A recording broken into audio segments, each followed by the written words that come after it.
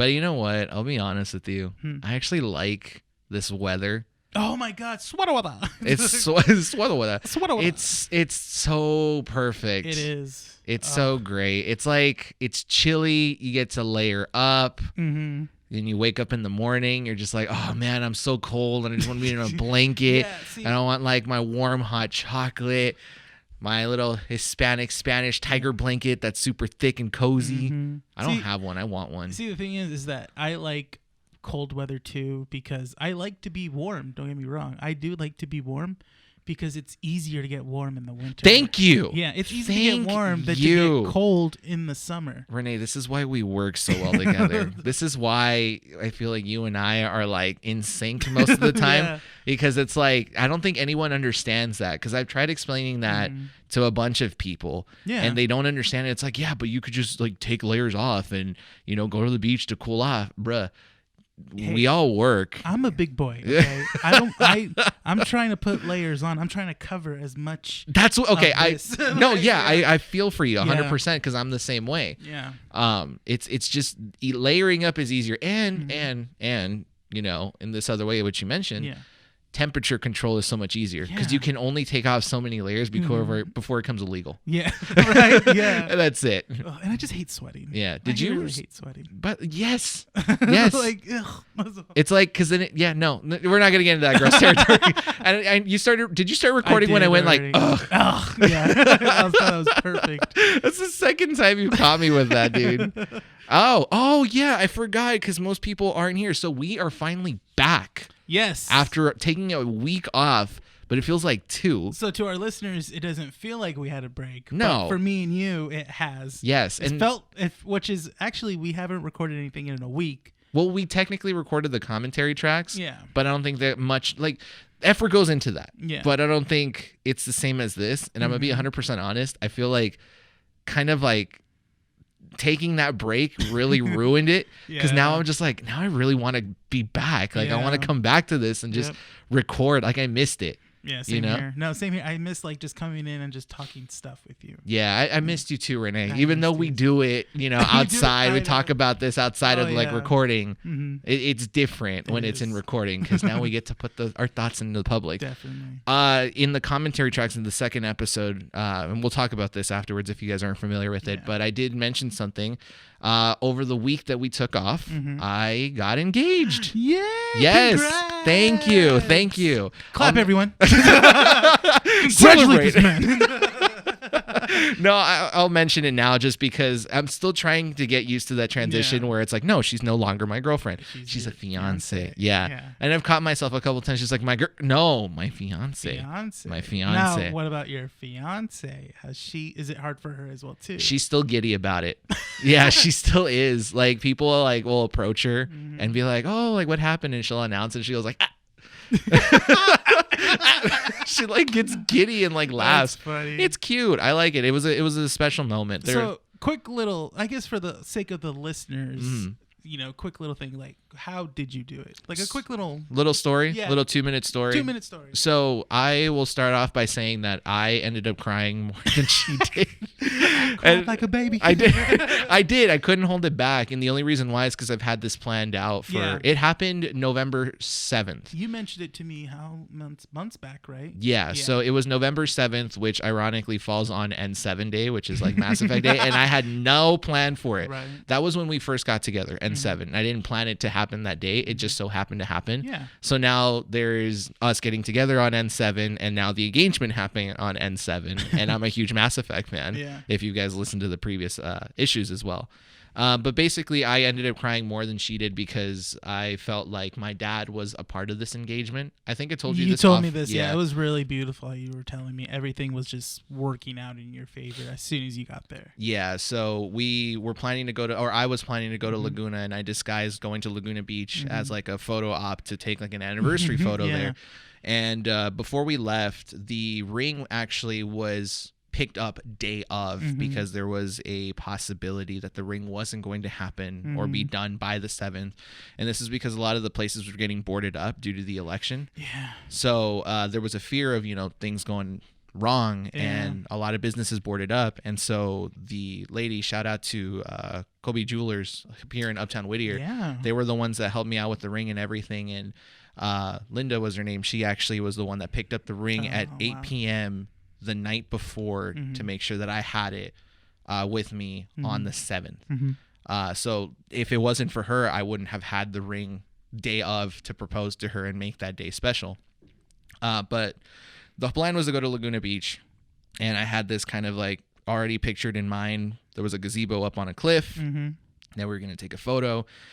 Before we left, it was sunny. Clouds were separating. It was perfect.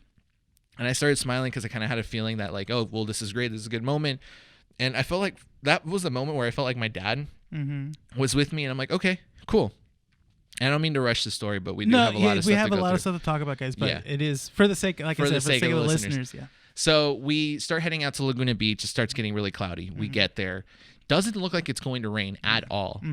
We start walking up the staircase. It was like right off by the beach where the little uptown area in Laguna Beach is at. We start walking up these stairs, and we get to the gazebo, and it starts raining a little bit. So people start crowding into the gazebo. Yeah. We're like, oh, shoot. Okay, well, I really don't want to take a photo there with a bunch of people. Yeah, and in my head, I'm like, I don't want to propose in front of people. Like, I want to make this private. Yes, it is. Yeah. It's a private thing. So we start walking up a little bit north, and we notice this little little circle area that has a mast and a flag, the American flag. And next to it was a staircase that leads out to a cove. It's just a bunch of rocks with some waves and stuff. And I was like, okay, well, we have two options there. It'd be really great to take a photo. I had my camera set up. It starts to pour like ridiculously, like a ridiculous amount of water was coming out, just raining hard. And I had to cover the camera. The camera was basically almost going to die because if it was going to get any more soaked, it would have been like dead. And that's a $500 camera. Ooh. So I was like, no, no, I'm not going to risk it. So I'm getting frustrated. I know Andy is like, getting frustrated and a little bit sad about this because, we went all the way there. It's like a 40-minute drive. Drove all the way out there. Yeah. So we start walking back. And as we start walking back, the rain starts to die out again. But it's weird because we only walked about a quarter mile up. And so from one side to another, we had just clouds to rainy clouds going back, just regular clouds. It's like the clouds started to separate. Yeah. And we get to the staircase that leads to a cove underneath the gazebo where we were originally at. And I saw this before we started moving up and kind of said in my head, oh, this would be a nice spot as like a last resort. Yeah. So we're waiting there. I'm putting the camera away and stuff, and it stops raining. And Andy's like, well, if you really want to take the photo, we could probably head down to the beach and, we can take the photo there. And I'm like a little bit defeated. And I'm like, yeah, okay, let's give it a try. And we start walking down the stairs and notice that the clouds start separating in with like the sunlight coming out. I'm like, oh, shoot. Like, okay, this is a great chance. Yeah, Andy was wearing nice Nike Air white shoes. And I'm like, I am willing to pick you up and carry you to the cove. I don't give a crap. Let's go.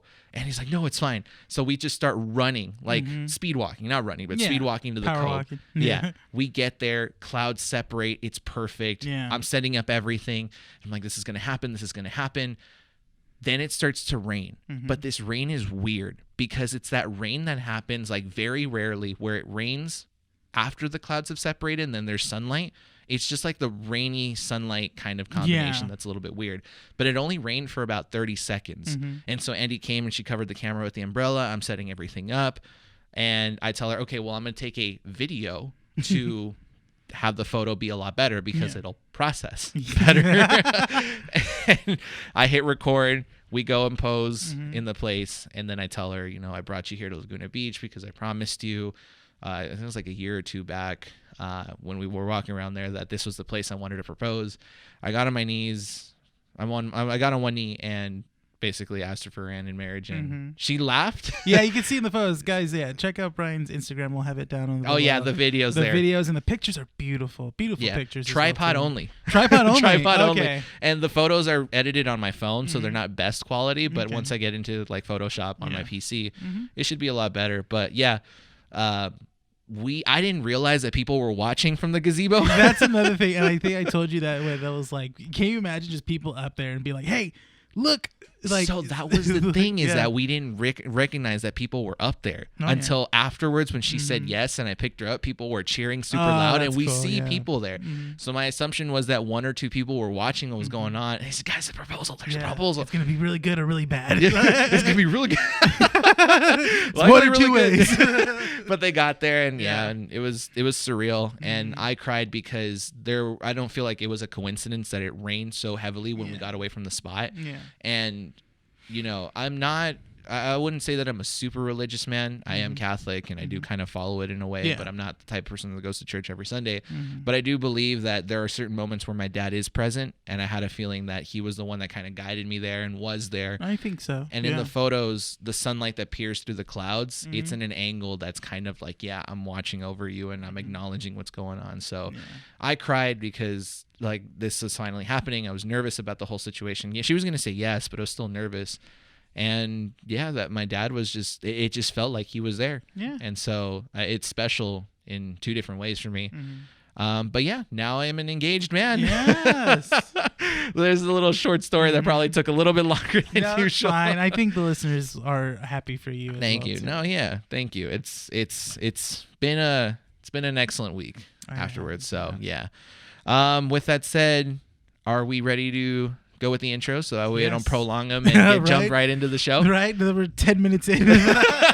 We always do this and we want to try to get it started. All right. So last week we didn't record, but we recorded the annual episode. Yes. So we'll talk about this after the intro, pretty much how we're trying to set everything up.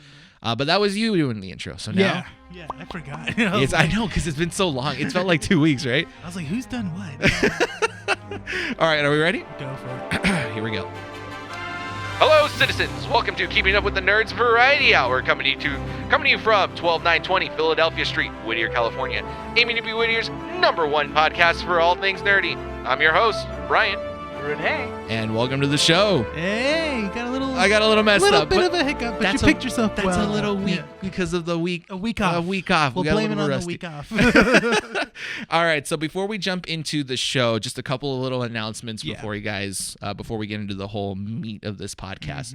So we did take a week off because we recorded 2 episodes 2 weeks ago. Yeah, 2 weeks ago for the last episode of Spooky Nerds, and then our annual episode for the final issue of Three Jokers with friend of the show Rebel. Yes. So issue 22 is the last episode of the 4-part series of Spooky Nerds. If you haven't listened to that one, please go ahead and do so. This is issue 23, so it's a continuation of that. And then annual #1, which was released last week, if you're listening to this on, I don't even know, like when this issue comes out. Yeah. Let me see, on Wednesday the 18th or after.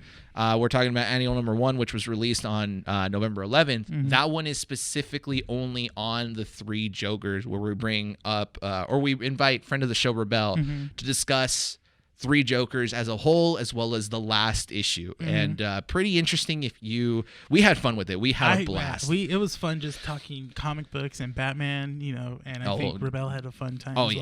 He enjoyed being on here, which is really good. And we enjoyed having him on. But if you are very interested in knowing what our thoughts are on the Three Jokers, please go ahead and listen to that. There's really no skip or anything like that, honestly. It's just a kind of like little celebration, and that's why we separated from the main issues. It's just kind of like an overall arc of the Three Jokers, so nothing new on there. In terms of The Mandalorian, I know that... Sorry. No, go ahead. No, go ahead. I know that we have a couple listeners that are very eager to know what we think about the show. I know. At the time of recording, we're only 3 episodes in. It doesn't feel right to kind of separate the show and talk about each individual episode and dedicate a lot of time to it. Because the thing is that we could use a whole episode just to talk about one episode of The Mandalorian because of how much me and Brian love The Mandalorian. Yeah. So that's why we have stated that if you guys want to listen or hear our thoughts on a specific episode, then you can just go to our commentary tracks. Yes. So these commentary tracks were teased a couple weeks back, and they're essentially kind of little listens that you can put on in the background as you're watching each episode of The Mandalorian. These are audio specific only, so you can only find these commentary tracks on Podbean or on Spotify. Yeah. You can go ahead and listen to them as podcasts, but there are silent moments because we are watching the show as we're recording this. This is more of our thoughts on the matter as we go through it. At the end of every episode, we have about a 10 to 15 minute discussion of what we think about the episode. And I think at the end, once Mandalorian wraps up, then we'll dedicate another, probably another annual or something like that. I think it will be another annual, I believe, because I think it ends. When does Mandalorian end? I think like at the end of December, I think, or towards mid-December. No way. Is that short? Yeah, there's only 8 episodes. What? Yeah, it's only another 8 episode series. Oh yeah, I think because every episode's like an hour. Yeah, this past one was only 35 minutes. What? But it was directed by Bryce Dallas Howard. It's half an episode. Half an episode. That's what I'm excited about. Bryce Dallas Howard was the one. She directed the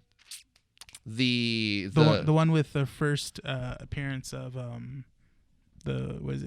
Lieutenant? No, I'm thinking, what's her name? Danvers? Is it Danvers? Yeah. It's the AT-AT episode. Yeah. Or not the AT, but the Walker episode where they use that to attack the Raiders and stuff. Okay, we're messed that up with that because that was like last year. Last year. That was a good episode we talked about. Great episode. 35 minutes though. But okay, you got to watch the episode. Have you seen it? I watched it this morning. Oh, I've heard nothing but really good things about it, and people were saying like she needs to direct more.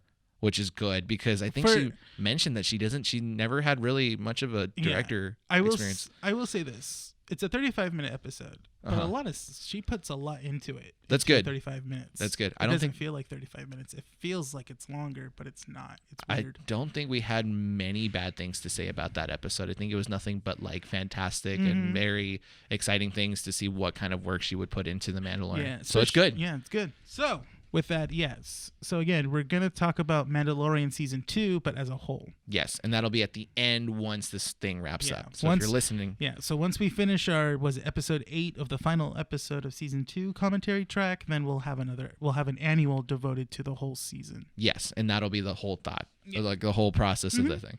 All right, before we move on, can we open up our cans? Yes, they've been sitting here getting warm. So, we got all over. That's what she said. Thank God. We got Mountain Dew Game Fuel now. So. Ooh, that's good. Oh my God. Ooh. This tastes like Mountain Dew. I mean, it's Mountain Dew, but like, oh my God. No, but it's like Mountain Dew Extra. That's what's great about it. Oh, this is beautiful. I only have had the blueberry one or the charged blue, whatever it's called. Yeah. Oh my God. This one's just it tastes just like a normal Mountain Dew, but just with like more. It surprised you a little bit, didn't it? It did actually. Yeah. It went all over your desk.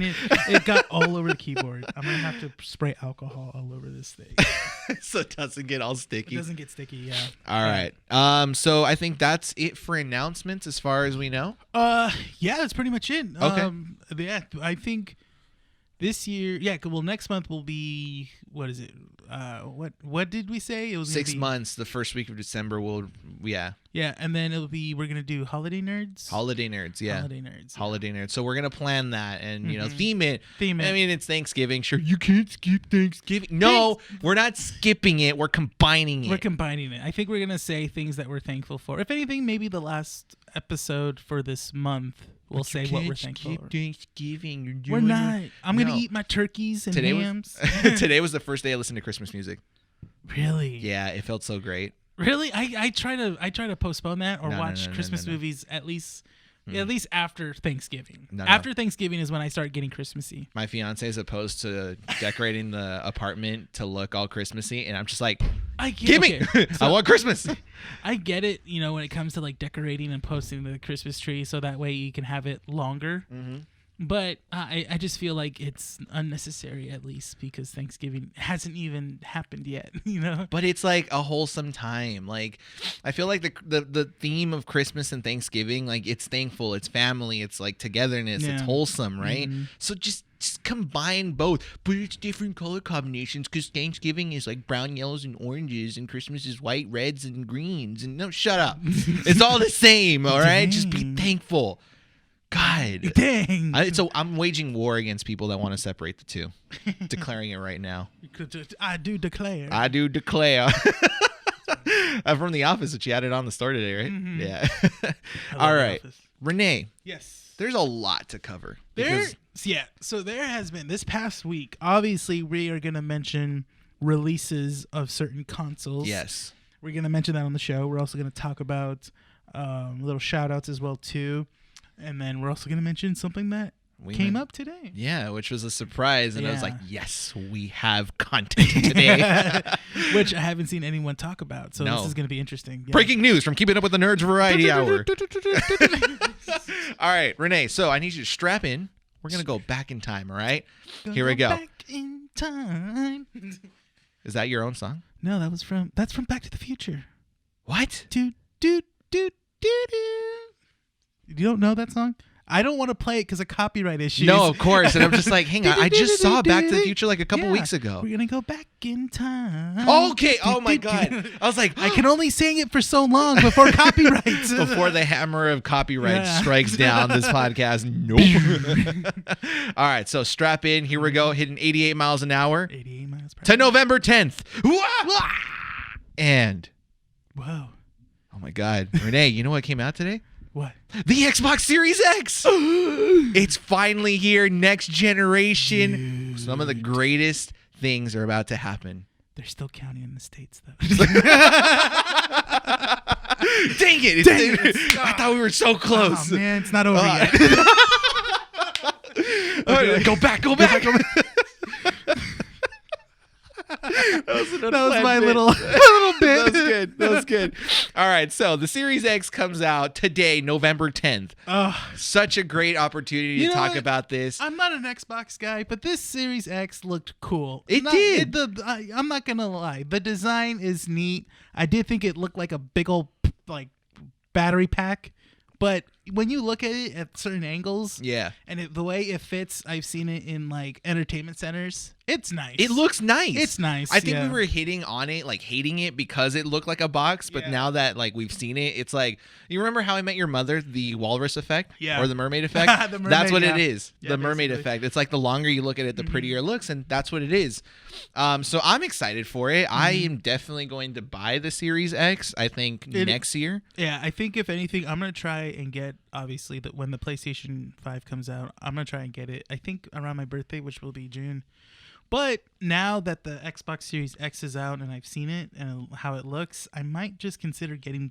This will be the first time I'll be getting a dual console. Yeah. I'll join you. I'm on that boat. Yeah. Well, it's great. Let's wait a day, see what news comes out. All right. Okay, all right. So do we sleep on it, or should we just jump back in the time machine? Let's go back in the time machine. All right. Here we go. Strap it in. Okay. Oh my God. All right.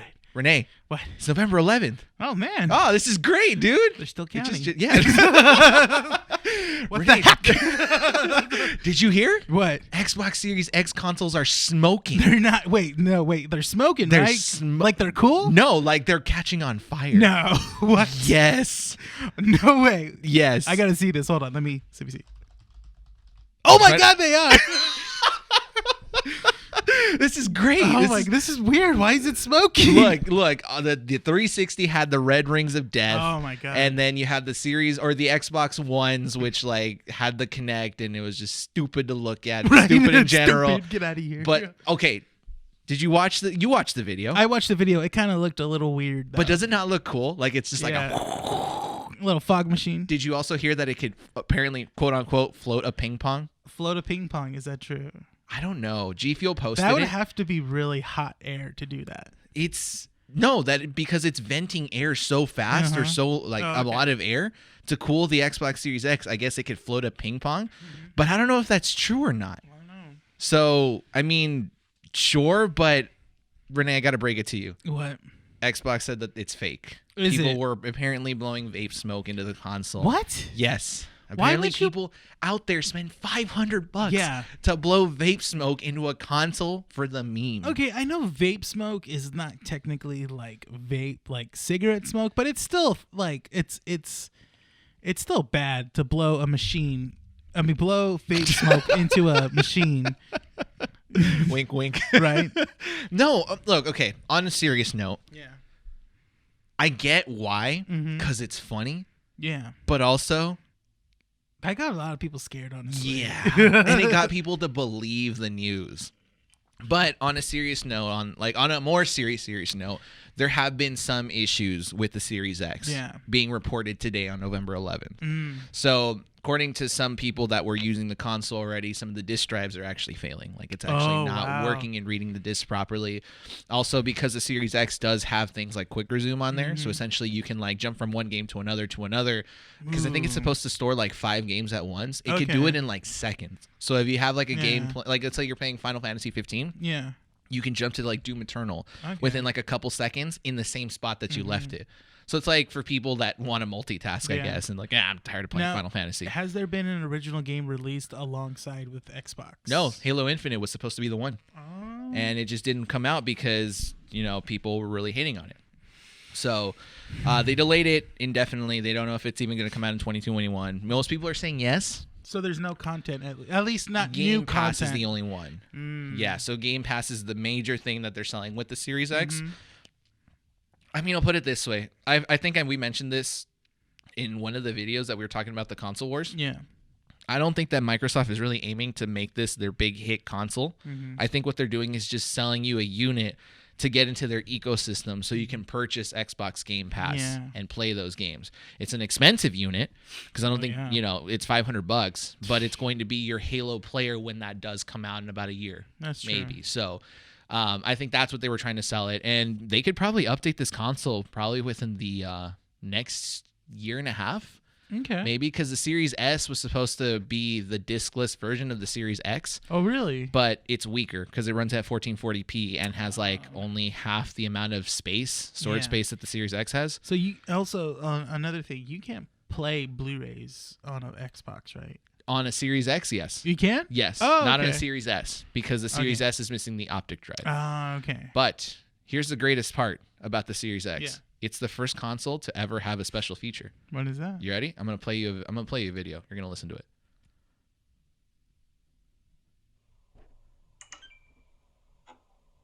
Did you hear that? Yeah. It farted. So that's what separates it. That's what makes it better. Yeah. Apparently, people were reporting, and this is an actual thing because I guess the optic drive isn't necessarily like on there correctly or something. That when you turn it on and there's no disc inside the optic drive, it'll do the. Wow. That's why I want one now. Just because it's the first console that farts. A farting console. Yes, exactly. So, with that said, I think we've pretty much kind of talked about the Series X. I think it was good enough to talk about. Nothing bad major about it. There's nothing wrong with it either. So far, no. Nothing bad to report. Yeah. All right. So, you know what comes out tomorrow, right? That's right. Yes. So we can sleep on it or, They're finally going to make up their minds on who won. Yeah. Man. Maybe. Maybe. So, okay. Jump in the time machine? Jump in the time machine. All right, here we go. Strap in. Okay. Oh, okay. All right. November 12th. Renee! It's the big day for Sony! PlayStation 5. Are they still counting? It says they found a winner, but no, he still says we should recount. Oh, dang it, dude. We were so close. Doesn't want to let it go, man. Well, you know what? Just like Halo, we're probably going to have to wait until next year to see what's going to happen. So, November 12th, PlayStation 5 is finally released. The biggest noisemaker amongst people. Yeah. In terms of, who's buying it. Yeah. Did you have a lot of people on your social media excited for this one? Yes, I had I want to say I had maybe 1 or 2 friends that actually got it. Okay. But they pre-ordered it. And I know that they were people that I knew that were trying to get it. Even my own sister was trying to get it as well too, for her boyfriend for Christmas as well too. And it failed because she tried to get it through Walmart. Walmart was doing you could try to buy it. I think it was they were having 2 sales on a certain time. And you had to be ready within that window. Yeah, within that window. And a lot of people failed. A lot of people that I know failed more than people that I knew that got it. So here's my take on people trying to buy the consoles, day of. If you didn't get a pre-order, sucks. Yeah, because there's no way. Yeah, I also had I also have a customer that works at GameStop. He works at the GameStop in what is it? The Quad. The Quad. And GameStop was only doing pre-order sales. That was it. So that was the only time they only had PlayStation was through pre-orders. They never got any in-store ones. and yet they were getting calls of people like, "Do you have it? Do you have it? Do you have it?" I mean, people are going to call regardless of it. What sucks is that, like, because okay, I mean, that wasn't my full thought about this. Like, oh, it sucks, you can get it. Yeah. It's more like, if you have the money to spend on this console, either the Series X or the PlayStation 5, yeah, by all means, I hope you enjoy your console. Yeah. But this goes in terms of this whole first adopter mentality, where most consoles that essentially the first batch that come out always end up having some sort of issues. That's the thing. It's really risky to get a console upon release. Yeah. I've never gotten a console on release. I did the Switch. That was Switch? It. Yeah. Okay. The Switch was the only one, but that was because I usually only get Nintendo devices day of release. Nothing else really. I've always waited about a year and a half to get this, the Xbox One X. Yeah. I waited.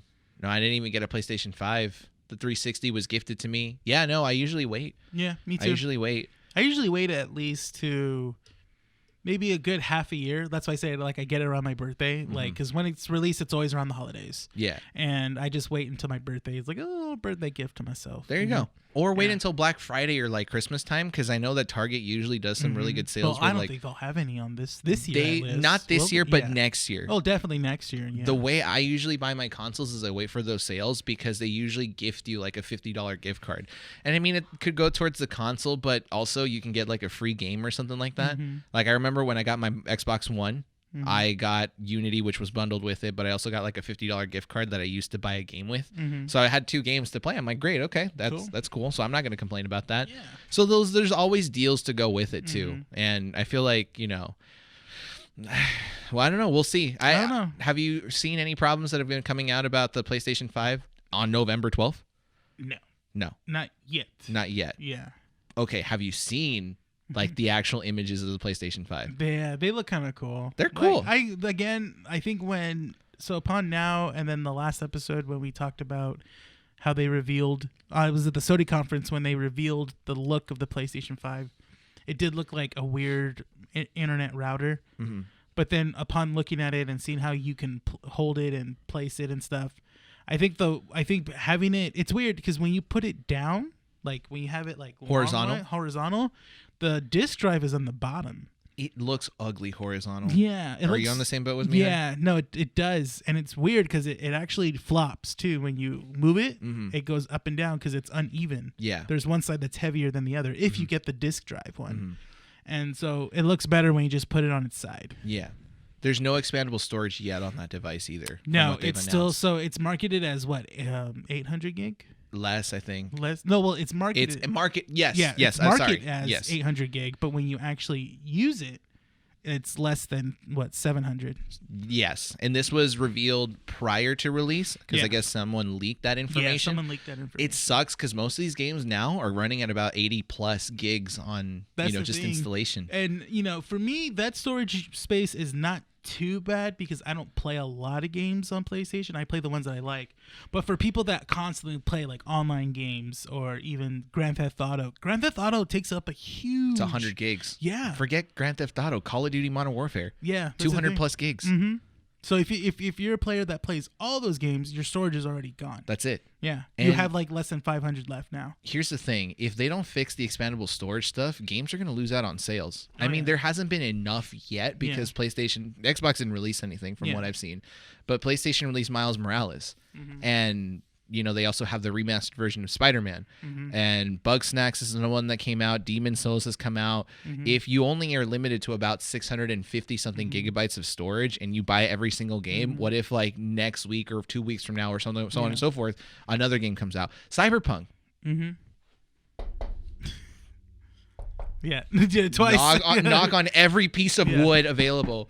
Within about a month will be released, and that game is not going to be less than 100 gigs. No, that game is going to kill. Big file. Yeah, exactly. So, and I get digital games, but at the same time, so for me, like I said before, I was going to get the hard disk drive one, because I also watch Blu-rays, which is fine. Yeah. But everything else is digital. Yeah. I think I might do the same. I might get the hard disk one. Well, I don't know. Maybe upon release, when I get it, they might release a terabyte. Expandable storage. Yeah, or expandable storage, So I don't know, maybe in the second run making them and stuff like that. It's hinted that their storage expandability isn't going to be proprietary, meaning that it isn't going to be specifically only sold by them like Xbox did. Because I know that Xbox sells their 1 terabyte expansions for like $200, but it's proprietary. So that means that you have to buy it through them. Otherwise, you have to connect through USB, which means that you don't get the benefits of a solid state, download speed. Yeah. So then the Xbox Series X becomes pointless. But Sony is hinting that you can probably expand storage using a different SSD, which doesn't have to be sold or approved by them, which would be interesting because that means you could probably get a cheaper one. Yeah. Which is interesting because Sony usually is solely about only using Sony products. Yeah, but if they end up doing that, great. That basically means that you can now wait for sales on expandable storage. Yeah. Samsung makes some really great ones. Buy one of theirs, and there you go. Plug it in. There you go. So only time will tell. Dude, but that thing is chonky, man. It is. That's a chonky boy. It is. I don't know. And then I'm not a big fan of the white per se. The white color. D-Brand is pulling out skins or releasing skins. Oh, really? From what I've seen. But I've also seen headlines where they've said don't put anything on there yet because it could overheat the console. Oh, that's true. So I don't know. But it looks better vertically. Yeah. I think we both agree on that. Yeah, it does. And usually I have my PlayStation up against my TV, or not my TV, but like right alongside it. So, I mean, I already do that anyways. Yeah. So. It is a good talking piece, though. I think that is much better visually than the Xbox Series X for that one reason. Because if you have that next to your TV, someone walks into your living room, that's where you have it. But what the hell is that? Yeah. Well, that's my PlayStation 5. What the hell? Oh, that's like what the from PlayStation 5? Yeah, man. It's a good talking piece. It is. So I think that Sony did a good job in that sense. Yeah. The controller looks exciting, too. I hear the controller is like the top tier. Yeah. That's like, it's the best controller that came out recently. Give it 8 months. Oh, yeah? Give it 8 months. Because that thing is packed with tech. So something's going to go wrong. Oh, really? Especially with those haptic motors on the triggers. Definitely, yeah. What the heck? Why is this not releasing the way it should? Oh, why is it not putting pressure and all this other stuff? Stuck. Yeah. I mean, we can spend hours and hours talking about the PlayStation 5, and there's plenty of other content out there that you can go ahead and look into this. But I'm excited for that. And yeah, same here. I think the haptic engines on the controllers are going to be something that's going to be really interesting, specifically for shooters, because it's supposed to put tension whenever you pull the trigger down. But I don't know how that's going to work for a shooter because Call of Duty is pretty... I've heard for Spider-Man, you feel like the tension of the web. Yeah. Yeah. And then you feel it like when he grabs it and then when he lets go. So I'm like, that's really interesting. I really want that. Yeah. I'm about 50% done with Spider-Man because I'm doing all the side missions and stuff. Oh, but you finished the main story. You haven't finished the main story? Because I'm doing all the side missions and quests available to me. Yeah. I'm taking my time with it. It's Spider-Man. Come on. It is. That's true. But I don't know. It's funny when I played Spider-Man, I was like, oh, I gotta save the city. I felt like, once in a while, if I hear someone say help, or like if I was on, swinging by and I heard on the police radio like robbers were coming, I would do it. Yeah. But the thing is that when the city was like in trouble from the main arc, I felt like I had to worry about those first. We talked about that before. Yeah. It's interesting. So I think that's what's keeping me away from it. So once the PlayStation 5 is in my hands, more than likely they'll get the remastered. And they say the save transfer files, or the save files transfer, excuse me. So from what I've heard about that is that it's best that you use a LAN cable. Because Wi-Fi takes, GameStop? GameSpot? Yeah, GameSpot reported 27 hours for about like 50 gigs or something like that. See, yeah. That's ridiculous. That really is. I mean, I get it. It's like it's a lot of storage from your previous PlayStation into the new one. But it's like, man, you guys can't. You've had more than what? Decade, like years. You guys couldn't figure out how to transfer over Wi-Fi super quickly? Yeah, like a super. Like, come on. It's all that radiation, man. It gets you that way. Fake news right there. Well, we didn't mention COD. And you know what comes out tomorrow?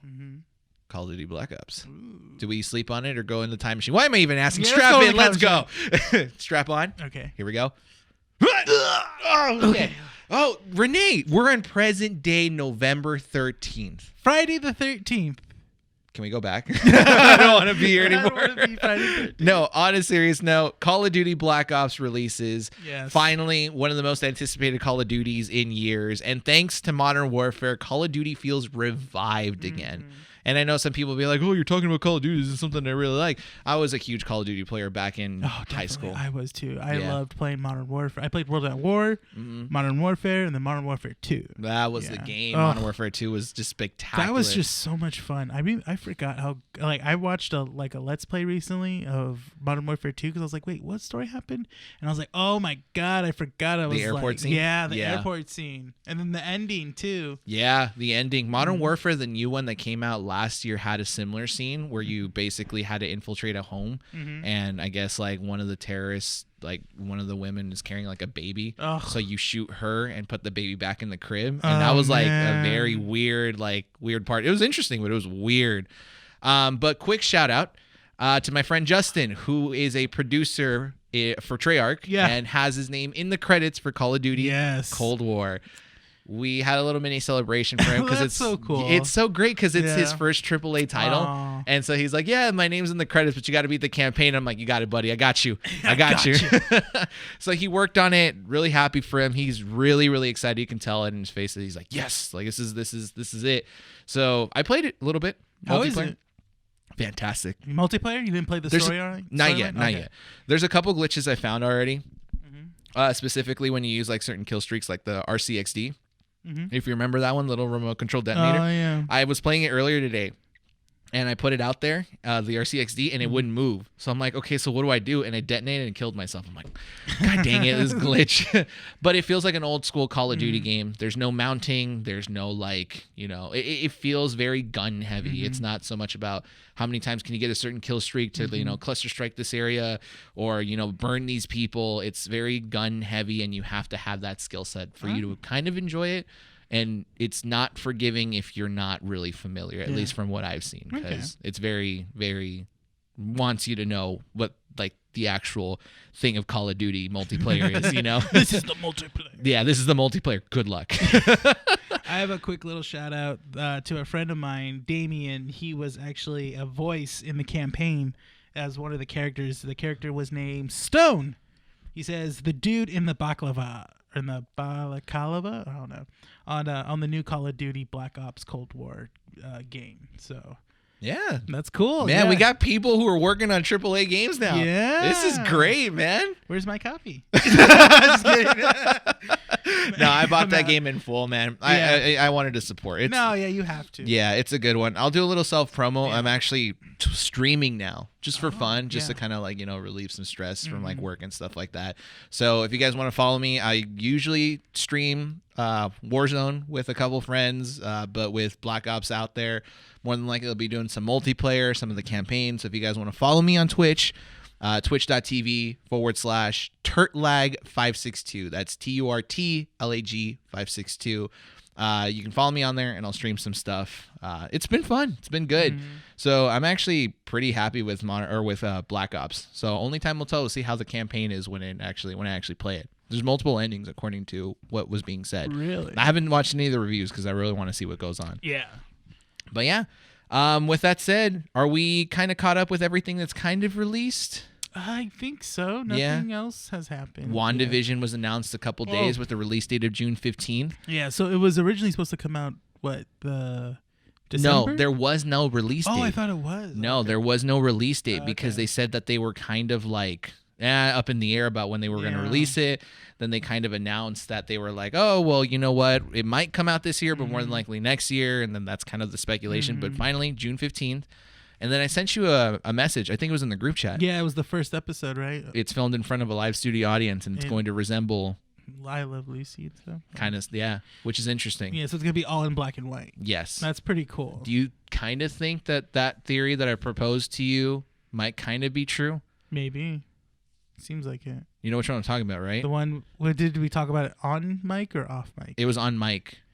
It was a couple issues back. It was when we talked about Cobra Kai. Basically, I was saying that this is Wanda's, she wants to think of like a happy moment. Yeah. And so she's putting everything into like a 1950s style of, live action TV. That makes sense. With like a live studio audience. Yeah. So, I don't know. It'll be interesting. But January 15th, we definitely have to talk about that when that comes out. Yeah. But are we ready to get into the meaty part of this podcast? Yes, the whole point. What's the time of the podcast right now? Actually, 45 minutes. Oh, yes, we got time. Yeah, Good. We're good on time, man. We're good on time. Renee, I want you to introduce this because you were the one that sent me this. So, this morning, well, actually, I didn't stumble upon this. Joe Sanchez, favorite listener of the show, sent it to me on Instagram. Thank you, Joe. Thank you, Joe.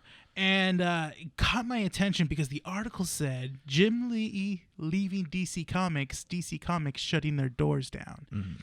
Or closing. It said DC Comics closing. And it really threw me for a loop. So upon reading it, I remember reading it, and it said that, that DC Comics is letting go Jim Lee. He is stepping down as, I guess, CCO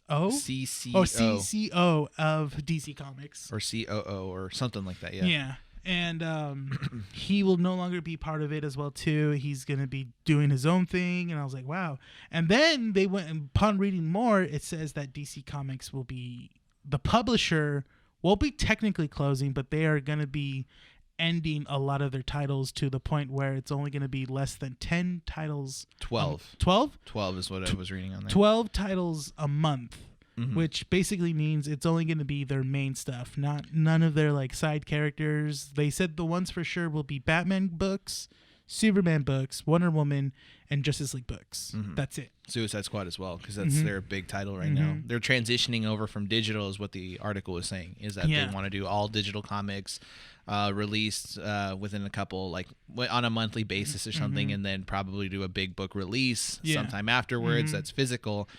Containing all these things. Yeah. But the publisher is going to be disassembled, like Renee said, and they're going to be renting out, from what I understood. Other characters, like the other characters, will be available for other publishers to use with contract agreements and stuff like that. Kind of like basically how I think you said it. Or I think you said maybe like how Marvel did it back in like early 90s.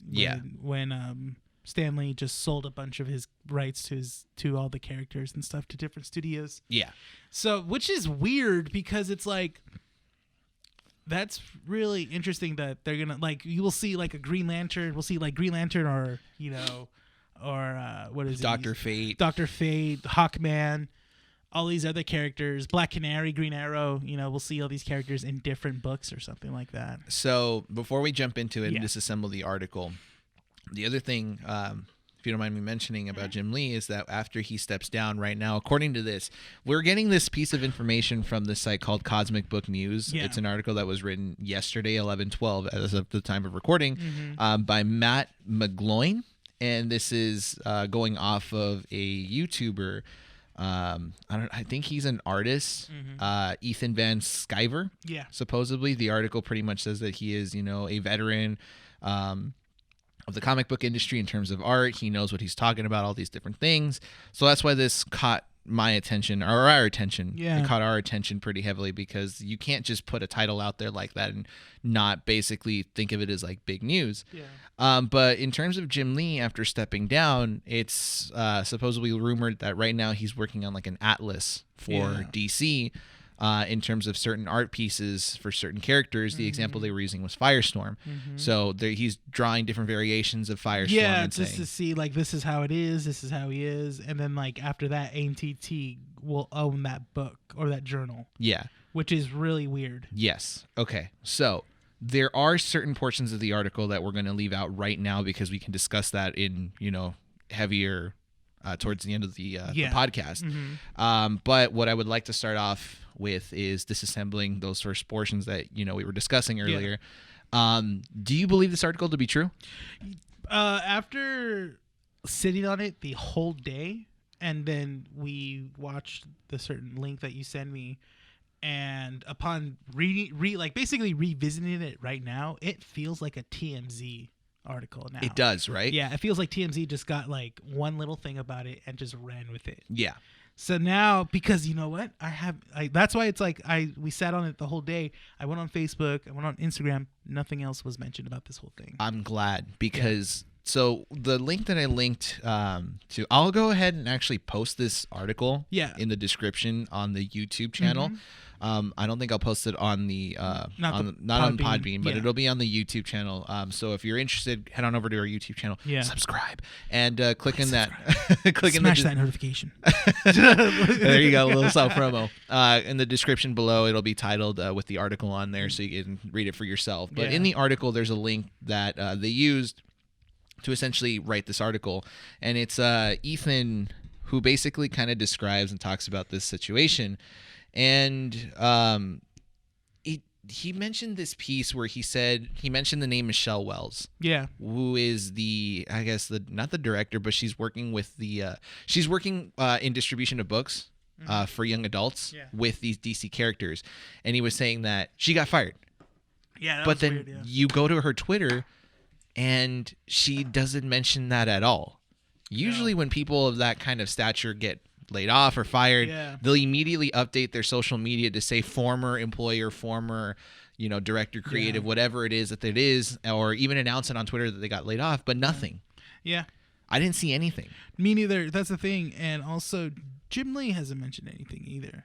I don't think he has he? I don't think he would. That's the thing, is that I don't think he's allowed to, even if they are anticipating to let him go. That's the thing, he wouldn't. But still, someone of Michelle Wells' caliber, she would have mentioned something if she got fired, unless because I don't think there's a non-disclosure agreement in terms of saying you're fired, but you can't say anything about what we're doing. No, you can't. Yeah, I think it's pretty much well known that it's okay, this person, because when writers move on from different publishers, it gets announced. Even Rob Liefeld, he got pushed. He got basically moved from Marvel because of all the things he would say about on stuff on Twitter about DC and stuff like that. If you guys don't know, Rob Liefeld is the creator of Deadpool. Creator of Deadpool and stuff like that. And he's well known for just running his mouth. That's why I don't like him. Just like Deadpool. Just like Deadpool. It's a weird piece because we talked about this way months ago in issue 2 when DC announced that they were no longer going to be connected to Diamond Distribution. Right? And we anticipated that something was going on, that maybe DC has plans in terms of distributing certain things differently, or maybe making their own distribution company to release the comics and stuff like that. And in that issue, we mentioned online comics. Or digital comics only, that was probably going to be the direction that DC was going to go towards. And it seems like they're aiming towards that now, because with AT&T buying them out, and then DC Universe app is going to be moving forward, they're pushing that as digital now. That's their digital mainframe. If you want to read all of our digital books, go to DC Universe now. Exactly. Here's my prediction to this. There is some truth to this gossip article, if you want to call it that. I think it is. That DC more than likely is going to head towards digital publishing more than physical copies, but in certain books. So if anything, it kind of feels like DC is more than likely just going to publish Batman, Wonder Woman, Green Lantern, The Flash, those big books, make them the big names, right? The big names. Oh, Suicide Squad's getting a movie? Great, we'll publish a book on that one. But certain ones are going to be digital exclusive. I think characters like Hawkman or if Constantine, what is it, Batman and the Outsiders, certain titles that are obscured, or characters that are not in the main light of as of other DC characters as well too, will be digital exclusive, which makes sense. That in a business aspect, I guess that makes sense.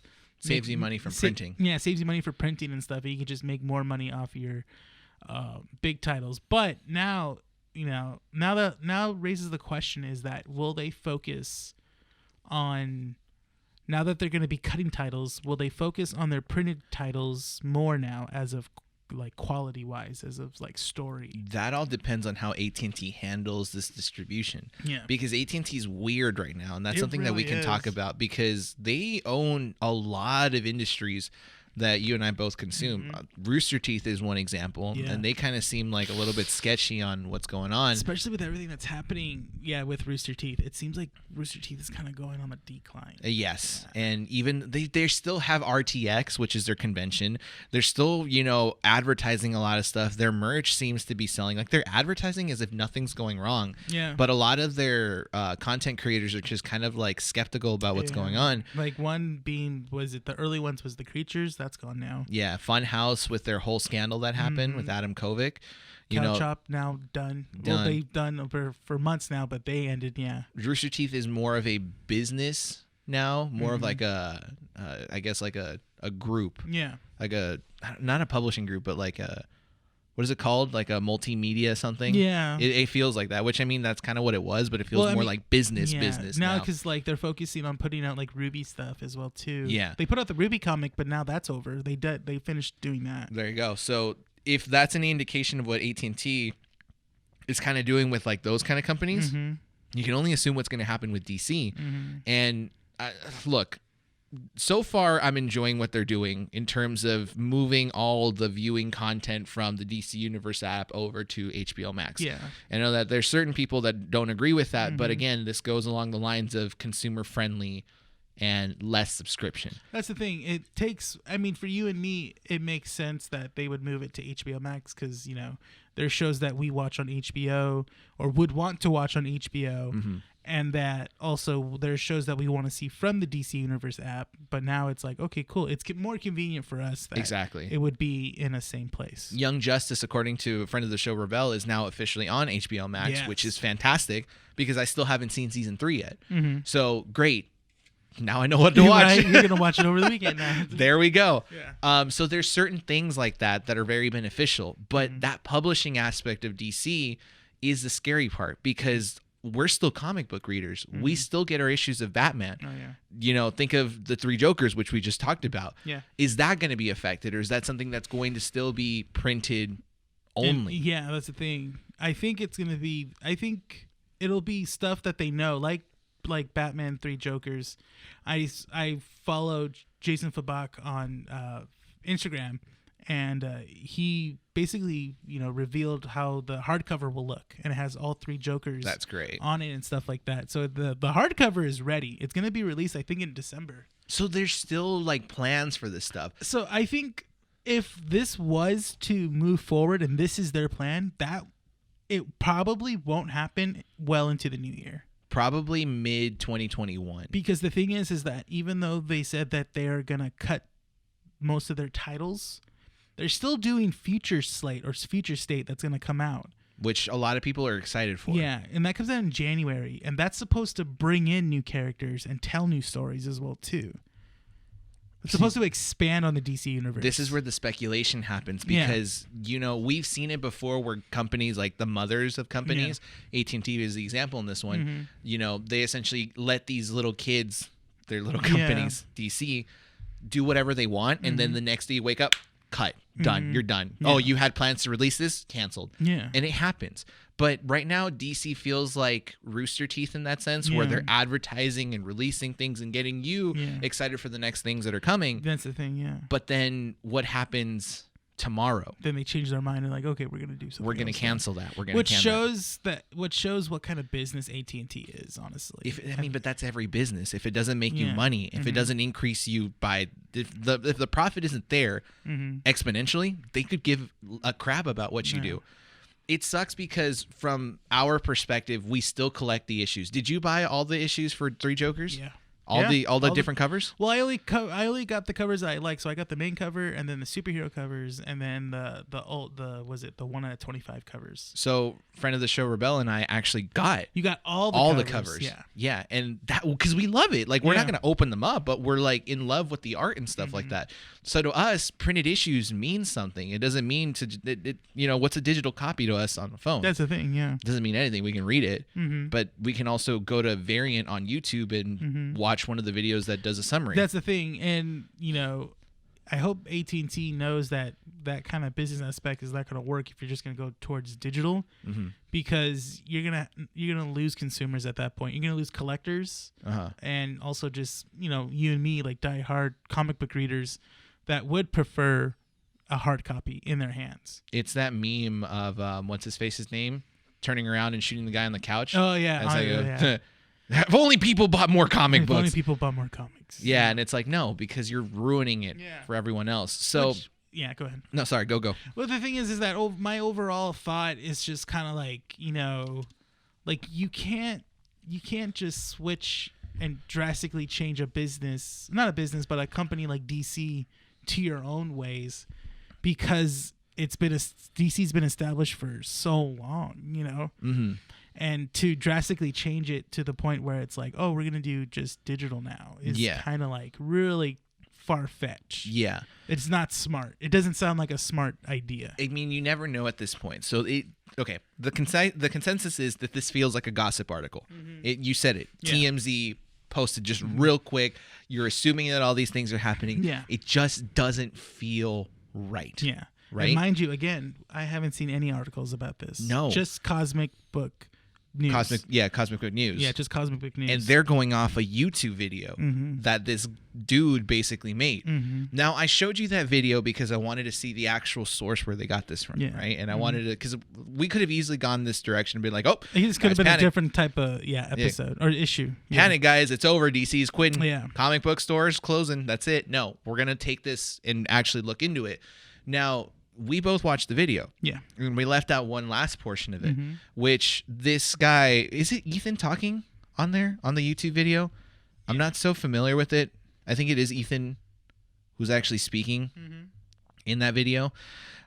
Basically, the last portion of it is that he's making these claims that the radical left is completely ruining the comic book industry, that they're gatekeeping everything and essentially telling these companies, hey, don't release this or do release this. You got to make this happen or we're not going to buy into your books and stuff like that. So we talked about this in previous issues before, and we've approached it with a lot of sensitivity because we can say some really messed up stuff. And, we could. And it's not okay. Like, we have this middle ground in terms of believing what is okay in a comic book and what, is gatekeeping in terms of that. We always try to look at both sides of the argument, and for sure. Do you want to talk about where we stand on this before we move on and talk about, this aspect of the article? How's it like as of representation in comic books? Yeah. Yeah. Me and Brian here have agreed that I think we said it before, is that you can have, LGBTQ characters, you can have, non-binary characters as well too. You can have black characters, Mexican, or any sort of ethnic, Indian, Middle Eastern, any sort anything. of any sort of person, because trans, people like that exist in the real world. But there's a way to do it. Mm-hmm. There's always a smart way to bring it, and there's also a way to do it without pandering. Mm-hmm. There's always a smart way to do it, and with Miles Morales, they did it really smart. They did it really well in Spider-Man Into the Spider-Verse. They just treated him like a normal character. Mm-hmm. They didn't push or pointed out that he was both Puerto Rican and African American. You visually see it, but it's not like, oh no, don't forget, but that's he's black. But that's the thing. That's a normal day for a character like that, and that's fine. Miles Morales has become a beloved character in the comic book world. Yes, and it's not specifically just because of his race. I think his personality and his relationship with the public has been just tremendous. He's been a very positive influence because unlike Peter Parker, who is this outcast nerd, Miles Morales dealt with a lot of personal problems and trying to not just fit in with society but with his own family and stuff. That's another thing. One issue that I really liked from a Miles Morales comic book was that he was fighting, I think it was the Scorpion or someone, and he was tearing off pieces of his suit so you can see his skin color obviously as well too. And then the next day you see a YouTuber talk about, look, guys, there's amazing things that you will know about the new Spider-Man. He is black, everyone. The new Spider-Man's black. And Miles Morales is so disappointed because and his friend's like, why are you disappointed? He goes, well, I don't want to be known as Black Spider-Man. I just want to be known as Spider-Man. Yeah. Yeah. The social pressures. Mm-hmm. Yeah. Yeah. And I thought that was amazing because that was just like, if if a character like that is pointing out that he doesn't want to be represented like that, he just wants to be represented for the stuff that he does, not for what he looks like. Ironically, a lot of people that don't read the books only think of him as a black Spider-Man. Yeah. And it's a shame because, and we talked about this off mic too. Yeah. And, we're tangenting off the article a little bit, but we mentioned this off mic. We're like, Miles Morales is also Puerto Rican. Yeah. This kid, he's got a lot more than just his skin color. He speaks some Spanish as well, too. Yeah. His arc and his stories are so beautifully written, so well done. He's a beloved character in comic books for a lot of people. And it's a shame to always hear people say, yeah, he's a black Spider-Man. Like, for people that are, represent themselves as SJWs, do it right then. Yeah. Black Puerto Rican. And he's even mentioned in the books. Don't just think of me in that way. He's a Spider-Man. He's a hero of Brooklyn. No, not Brooklyn. No, New York. Yeah, New York. Yeah, he's the sole Spider-Man of New York now. Yeah. While Peter Parker is Spider-Man, but then obviously he goes off and does it with the Avengers, which is fantastic. Yeah. It's great, and we can talk about more other characters. Nova, Richard Rider was white, and then Nova. Sam Alexander, he's I think he's Native American, if I'm not. No, he is. Yeah. Native American Mexican. And then you have Kamala Khan as Miss Marvel. Like all these characters that are, she's a great character, honestly, because she's a huge nerd and she is so funny when she sees other superheroes. You know, she nerds out, which is great to watch. It's fantastic when you have a good character like that that's very inclusive and you introduce them in a right way. So it's a shame to see people from both sides. You have this guy, Ethan, who is making these claims and saying that the radical left is ruining comic books because they're doing all this inclusion crap. And then you have the actual SJWs that are saying there's not enough inclusion because they're not representing me. Yeah. Buddy, I'm Guatemalan. I was born in the U.S., but I'm Guatemalan. Tell me who is a Guatemalan actor. I love movies. Oscar Isaac is the only one I know, and he plays Poe Dameron and was also an Ex Machina. Yeah. The guy's a fantastic actor. But I'm not crying about not having inclusion in terms of my own, parents' heritage and stuff like that. I just wait for it. And I look at these characters and be like, and I'm proud of it because, you have Miles Morales, you have Sam Alexander, you have Kamala Khan, who are very good, well-written characters that are including a wide variety of people. Definitely. So going back to this article, he's making this claim that the SJWs, the radical left, are the ones ruining comic books because they're the ones gatekeeping all of this. And it's one of the main reasons as to why AT&T wants to get rid of the DC's publishing division. It's bull. Sorry, there's no way. I'm trying to think of how else to expand it. It's simple as that. It's bull, honestly. That claim is so far out when I was watching that video. And then when it got to that point, at least for me, I was like, I wanted to turn it off. I was like, dude, he ruined stupid. He ruined his own video by doing that. Yeah, that's the thing. Oh my God. In the video, he advertises this Patreon or whatever where he donates this is he has his own comic publishing company. And it's like, really, dude? Yeah, it's like Super Frogs or something like that. I'm like, dude, come on, now I know that you're really trying to push an agenda. Basically. And it's like, you're dumb, dude. No, look. Actual comic book people who enjoy the books and read into the narratives will understand what a lot of these publishers are doing. Yeah. I do think that there is some sort of gatekeeping, but it's not to the extent that it's ruining a lot of stuff. No, I think, and then again, to go back there, again, remember Marvel was going to post those non-binary superheroes that were going to be featured in, I think it was New Warriors. That never came out. That was supposed to. That was like a year ago. They announced all of that, and it still hasn't done anything. I haven't seen a comic book feature to those characters. Probably because it didn't do well in testing. That's the thing, because the way they were named and the way they had their powers, it was kind of insulting in that community. Yeah, it was. We agreed on that. Yeah, we both agreed. It was on a podcast that I used to do on my own YouTube channel where we talked about that. Yeah. And I 100% agree that it's not done right. Granted, the comic book industry isn't innocent in terms of that. Yeah. The most infamous one that we talk about is the Iceman incident where Kitty Pryde reveals him. Yeah, that's the thing. I mean, and that's not to say that comic books have always had it right. No, they've gone wrong at some points as well too. Yeah. When it comes to misinterpret or representation. Sorry. Yeah, that one being for Iceman for One the of gay worst community. ones that we've ever. That's terrible. That really is. That's a thing. But I don't think that that's that much of a fear. And if people really want, like, yeah, but I miss it when comic books were super dark and edgy and didn't do all this propaganda. I thought about this on the way over here to record. You can't say comic books were never propaganda pieces when they were actually used as propaganda pieces in World War II. Mm-hmm. And we can talk about that in terms of Superman. Yeah. Wasn't Superman featured? I think I have one of the books when they released like the special 1000 issue or something like that. Yeah. Of Superman, where they did the 5 decades of Superman. Yeah. I got one with what is it, Bonds? Mm-hmm.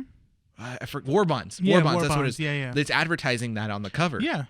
Same thing with Captain America. You see him. There's the infamous issue of him punching Hitler. Yeah. He's like, propaganda. It's all propaganda. But it's not propaganda you're agreeing with. And that's what this dude is basically saying. No. I don't agree with this propaganda that exists now. It's because you don't agree with it on a personal level. That's the thing. Not because it's ruining comic books in general. It kind of shows, now I'm going on a little tangent on him. It kind of shows that he wasn't exposed to all this in his life and stuff like that. So to show that in comic books, it's like, well, that's never, it's like basically kind of like closing, like cupping your eyes. Tunnel vision. Yeah, it's cupping your eyes and just basically not seeing what's around you, but seeing what's in front of you. Yes. It's that mentality, honestly. And for someone that claims that they were a veteran, of 27-year-old veteran comic book artist, I think that's what it is. I don't know. Funny. At this point, I kind of lost track of what he was. I'm an older veteran than him because I'm 28. He said, and he's 27. No. He said. Oh, wait, is it an older dude? Van Sciver, a 27-year year veteran of comic book industry. Oh, I thought he said 27. No. So he's old. Worked in the comic book industry for 27 years. Okay. It's a shame, and you're 100% right that he hasn't been exposed to this. Yeah. You can't be mad at that. Like, you cannot basically say that this propaganda is ruining comic books when we just explicitly told you that this existed decades before. Yeah. Nothing about that is ruining books and storylines. And I'll put it this way. How many times have we read an issue, be it Batman, Superman, Flash, or Spider-Man, whatever it is, and gotten to a point where we're just kind of like, this is stupid, and just not paid attention to it? Yeah, we've done that a couple of times, I think. Yeah. It happens. Put the book down and wait until someone picks it up. The industry knows when to change writers. And I feel like the industry also kind of, again, this is where it kind of gets a little skeptical. Gatekeeping does exist. We'll bring back the idea of the Killing Joke Batgirl cover with the Joker putting the smile on his face. Yeah. Cover was art. Yeah. Or cover was, not the cover was, of course the cover's art. The cover was fantastic. Yeah, it was a beautifully made cover. But no, then it had, too rapey. It was sending out the wrong vibes. Mm-hmm. But the thing is that I see, and then I think we talked about it at your old podcast as well too. I think we taled about it on, was it Tales from the Soundboard or was it Casualties? Was it? Oh, that was when we talked about that cover. Yeah. And obviously, I mean, listeners are never gonna find those. But long gone, never to be found. Gatekeeping. But no, and I think I mentioned it where it's like it just shows you that that those type of comic book readers don't really know the necessary relationship and history between Joker and Batgirl. Mm-hmm. So when you see something like that, I'm not getting rapey vibes. I'm getting that, oh crap, this is hinting back at Killing Joke because of what happened between these two characters, which was a rape incident, but it's not going to like. It's not gonna. No, that's the thing. Yeah, I mean, the reason why I think it's more. What is it? When that cover was shown, I was getting more of like, okay, yeah, that's the guy that shot her in the back and just left her for dead. And I'll play devil's advocate. The trauma, yeah. I'll play devil's advocate here and say like, okay, because I know we're probably gonna get someone that says like, oh, well, you've never been through an incident like that, so you wouldn't know how triggering it is to see something like that. Mm-hmm. No, of course, we're not being insensitive in that sense.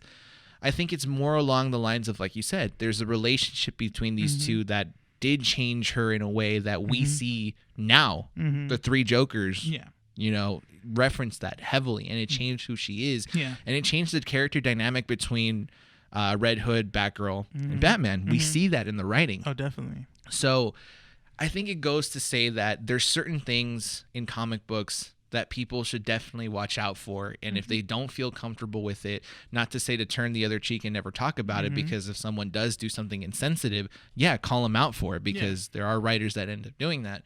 But in terms of trying to gatekeep and saying like, nope, not this covered, this cannot happen, so on and so forth, then you got to be fair in every other sense, because they didn't do that when they did the Bat Dick. Yeah.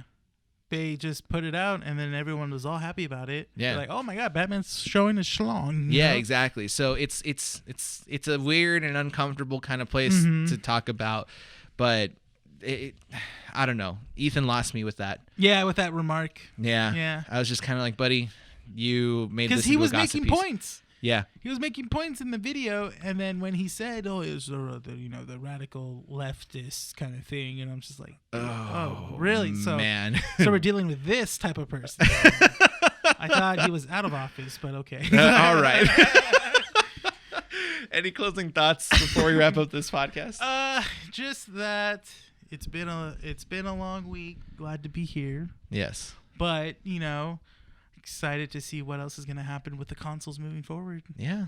Yeah, it's great. Honestly, I think how much time we got on the podcast? Yeah, 1:13. Oh, we didn't even hit the hour 20, which we planned, which is great. Yeah. Honestly, I miss this. I legitimately miss coming back to recording, and we're back on our scheduled program until the holidays when we got to start planning about what we're going to do recording, so that way we don't miss out on any content and stuff like that. Expect something for December, guys. We're going to try and plan it out probably last minute like we always do. So. Yeah. No, I enjoy this so much, and I'm glad that we had this, these pieces to talk about. And this was a really interesting article to talk about, honestly. It's because I think we were both scared when we found out what was going on. We're like, oh, shoot, this is terrible. This is bad news. And now we're reaching the end of the day, and we're just kind of like, well, it's kind of stupid. It's a gossip piece, whatever. It don't make any sense. But yeah, no, it's been a week. I'm glad to be back. And you know what? Another quick little shout out to Eric Alborecio. Yes. Yeah. We constantly always comments. Yeah. Which is great. We appreciate it. And if it wasn't for him, I'll put it this way, and it's a little short. We got time, so whatever. We got a little tangent off here. If it wasn't for him, I wouldn't be watching this Netflix anime series, because I did recommend it for spooky nerds, Castlevania. Yeah. Oh, yeah. So the same animators that did Castlevania did a Netflix anime called Blood of Zeus. Yes, and I want to watch it. So he was the one that recommended it to me. He's like, you got to watch it because it's like the same animators as Castlevania. Yeah. So I think you'd really enjoy it. I think that he didn't realize how much I love Greek mythology, because I used to study that as a kid. In elementary school, it was always ancient Egypt and the Greeks. Yeah. Those are my things, and I carried that all the way to college. And watching it, I was just like, this is a pretty damn good anime. Yeah. It's got a lot of it's very respectful of Greek mythology. It understands the relationships of the Greek gods and stuff like that, and it treats the characters in a way that mostly you would be recognized as, or they would be recognized in modern literature and stuff like that. Yeah. So Hera is always super jealous, and I think they treat her well in this by making her a complete bitch. I can put it lightly. I mean, I do want to say this: how many bastard children does Zeus have? A lot, and this one adds another one. A bit of a man whore. Have you not read any Greek? No, I have, but it's funny how every story has to deal with the son of Zeus. But they explain that in the anime, which is surprising. Really? Because this is kind of a little bit of Greek mythology that's hidden in it's referenced in Greek mythology, but you really got to read in between the lines to realize it. The reason why Zeus always has bastard children with women on Earth is because he loves Earth and the people so much, and the Greek people so much. No, he likes the Greek women.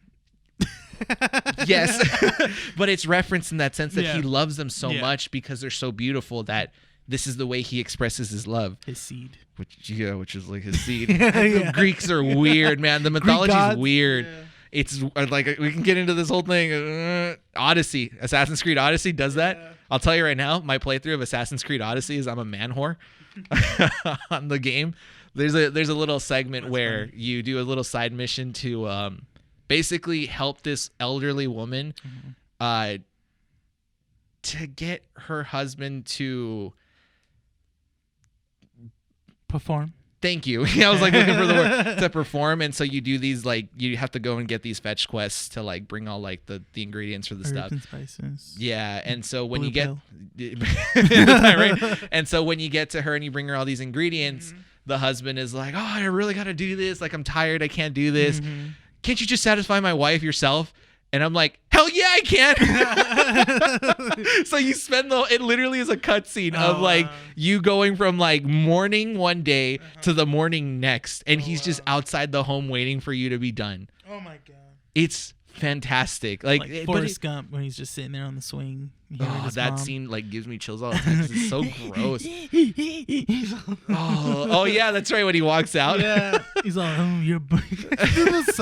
I'm sorry, but like the line he says, "Your mama sure cares about your schooling, son." It's so gross, man. It's so gross. I don't know why that stuck me as a kid. Because it's like, weird. Goes, I'm like, I hate it, but I mean, I read it a lot with like Greek mythology, and Blood of Zeus, really good. Really check it recommend out. it. Yes. Okay, I will. And thank you, Eric, for recommending that. You get Eric. another shout out for that one. Right. Today's full of shout outs, man. Full of shout outs. Thank you. So yeah, let's wrap up the shout outs. Thank you, Joe Sanchez, for sharing that article with us, because that gave us a great episode. So thank you so much. And shout out to everyone else. So yeah. Justin, producing, Damien, Eric, friend of the show, Rebel. Mm-hmm. Did we miss anyone? No, that's it. That's it. Renee, are we ready to wrap up this episode? Yes, we are. Pull up the article. And just as, while Renee's pulling up this article, just a quick reminder, if you're listening to this podcast on Podbean or Spotify, please click the link in the description to jump over to our YouTube channel. Hit subscribe, and the notification button over there helps support our growing channel. We'll be posting a couple Let's Plays. Yes, I'm still working on it. Give me time. They will be up, but we're posting Let's Plays and the podcast on YouTube, so you have multiple platforms to go ahead and listen to our podcasts. If you're listening to this on YouTube, please jump on over to our Spotify or Podbean and follow us on there as well. We appreciate every listen. Follow us on our socials as well. We got Twitter and Instagram. We're posting there every time we post a new episode. We're going to be posting more stories and trying to get more, we're trying to use our applications a little bit more. Actually trying to use our Instagram. Yeah, so let us know. Hit us up on that with any questions, concerns, comments. If you guys want to be a part of the show and, ask us questions, feel free. We're active. We want to know more about what you guys think about this stuff. And don't forget to listen to our commentary tracks on The Mandalorian Season 2 on Disney+. Mm-hmm. They'll be posted on Spotify and Podbean for the time being. We're trying to get some other stuff on there. Mm-hmm. But they will be posted every Monday at 2:30 exactly. Maybe listen to as a podcast, but mainly put alongside The Mandalorian as you're watching it, so we can be a part of your viewing experience as well. With that said, did I miss anything? No, that was it. Yes. All right, Renee, let's wrap this up. Thank you, citizens, for listening to this issue of Keeping Up with the Nerds Variety Hour. I'm your host, Renee. And this is Brian. Coming to you from 12920 Philadelphia Street, Whittier, California, recording at Undercity Comics. We thank you, citizens, once again, and hope to see you all next time.